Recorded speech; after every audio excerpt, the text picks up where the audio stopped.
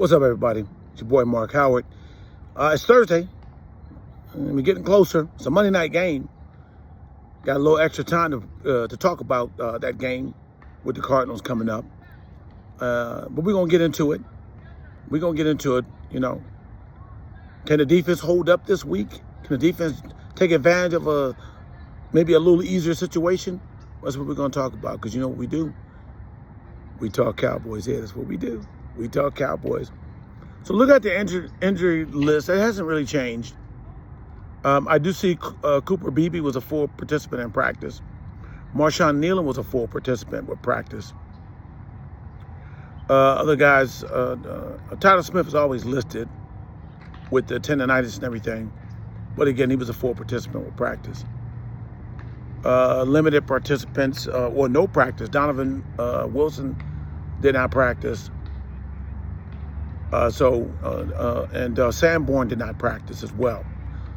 Johnny Clark was a limited participant in practice. Overshone and Ravel are still going through their protocol, coming off of their 21-day deal off the injury reserve. So that's what we have there. So I got the sun on my back. I figured this looked good if I do it this way.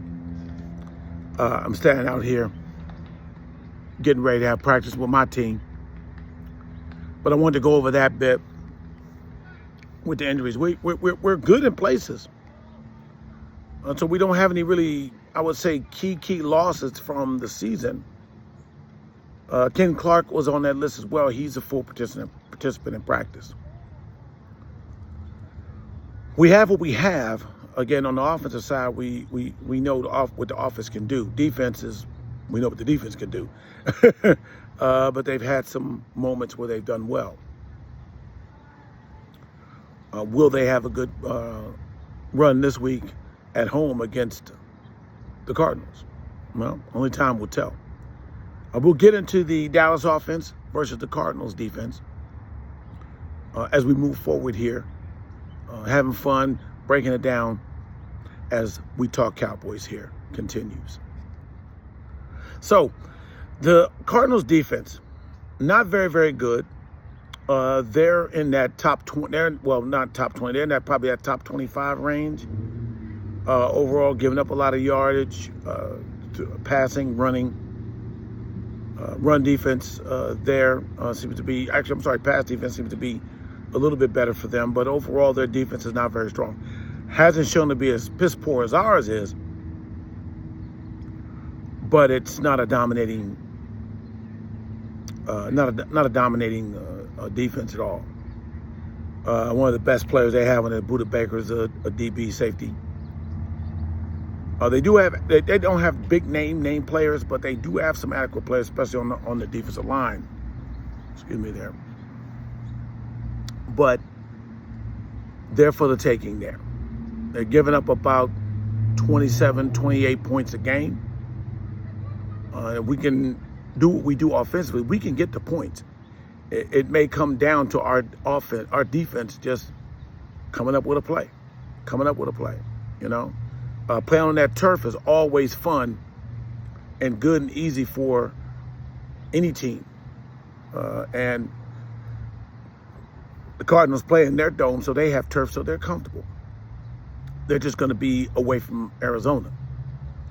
So I say all that to say is that we can't count on anything because, again, our defense is liable to let a whole lot of points go.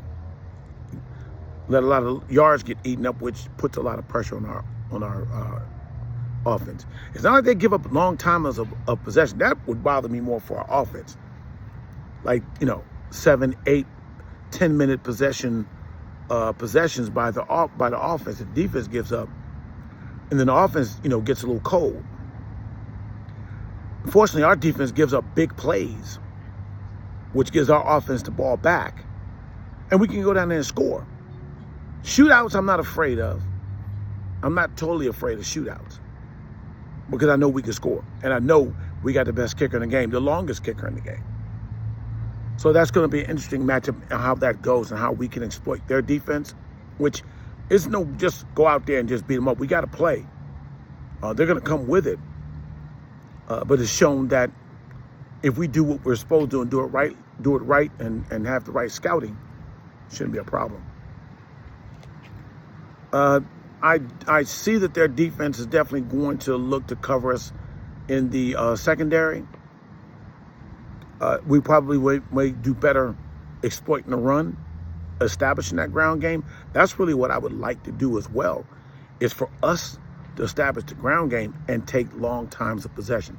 Keep our defense off the field as much as possible, you know, and play from ahead instead of playing from behind. Play from ahead. Maybe our defense can get lucky and we can get 2-score leads. That's to our interest. That is to our best interest on that there, right there. So we'll see. So overall, moving forward, trade deadline's coming. And we talk about the moves. I haven't heard about any moves, which is probably good. If we're going to make a good move or some sort of a good move or a great move, I hate hearing about any talks ahead of time. Oh, the Cowboys reached out to so-and-so. Well, when it got out there that we reached out to the Raiders about Max Crosby, what happened? It makes the Raiders have to put out a press release to let them know that they assured Max Crosby that he won't be traded. That means it's just talk. It shows desperation, which makes the value of who we want to draft or who we want to trade for, look weaker. We don't want that. Now, I saw an interesting argument. Should we spend top dollar as far as draft capital? That means a couple of number ones or 1 or 2, maybe 1, 2, and a 3 to get a defensive end. Defensive end is a premium defensive position, a pass rushing defensive end. Or do we get a tackle? The argument was get a good premium D tackle. They don't cost as much. They don't demand as much in draft capital. You can get away with a second and a third, and maybe a player for a third, for a defensive tackle. The sense of that means, hey, if we had that defensive tackle that's a run stuffer to go with Ken Clark, makes our defense very tough to run on, makes them more predictable, and probably leaning more on the pass because they're starting from behind the sticks, or they're third and more than 5. Or you say a defensive edge rusher changed the game. Well, I would almost say that, hey, look, we had a great defensive pass rush, one of the best in the game. We could not stop the run. It didn't get us any further than the first or second round of playoffs. There may be some sense of saying, hey, if we can truly make a team one-dimensional, a pass rush is going to make it rough, but they're only going to get to the quarterback for so many times per pass possession. You can scheme and block in that situation. But when you know you got the run stuffer, that changes your scheme on offense. Interesting thought process in the move there. I would say at this point where we are, go with the run stuffer, make a team one-dimensional. Now, as long as we keep Donovan Wilson from being a free safety, then I'm good with that. Donovan Wilson should never play free safety. Never play free safety. I'd put a corpse back there before I put Donovan Wilson. I hate being mean. I like Donovan Wilson. I think he gives good effort. He's a hell of a tackler, but he just is not a cover safety. He just doesn't know how to drop back. He doesn't have it in him. So let's call it what it is. Keep Wanye Thomas. I didn't see Wanye Thomas on the injury report, so I'm thinking that means he's probably going to play this weekend. He's not great, but he's good. He's definitely better than Donovan Wilson.